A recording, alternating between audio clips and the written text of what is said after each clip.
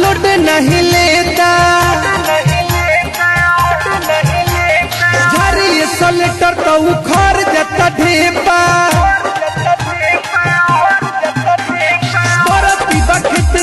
लुट नहीं लेता झरिए सलेटर तो उखड़ जाता ढेपा सिलावा डलावे खातिर रुपया लिया लवे तो चलावा खेतावा में पहिले तू पानी डलावा लवे तो चलावा सिलावा डलावे खातिर रुपया लिया लवे तो चलावा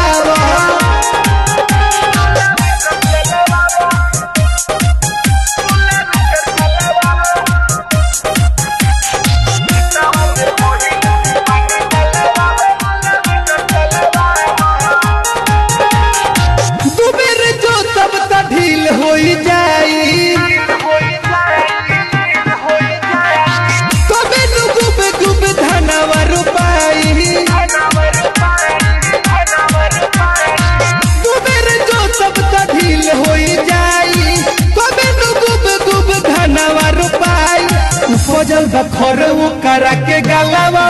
लवे तो चलावा खेतवा में पहिले तू पानी डालावा लवे तो चलावा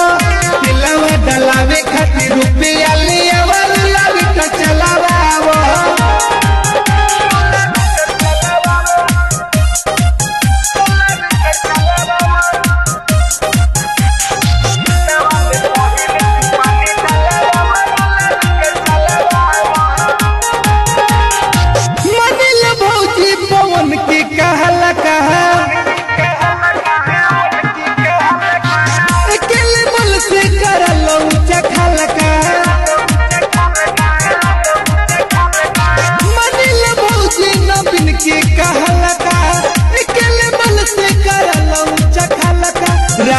सचीता प्रिंस के बोलावा रोलावे तो चलावा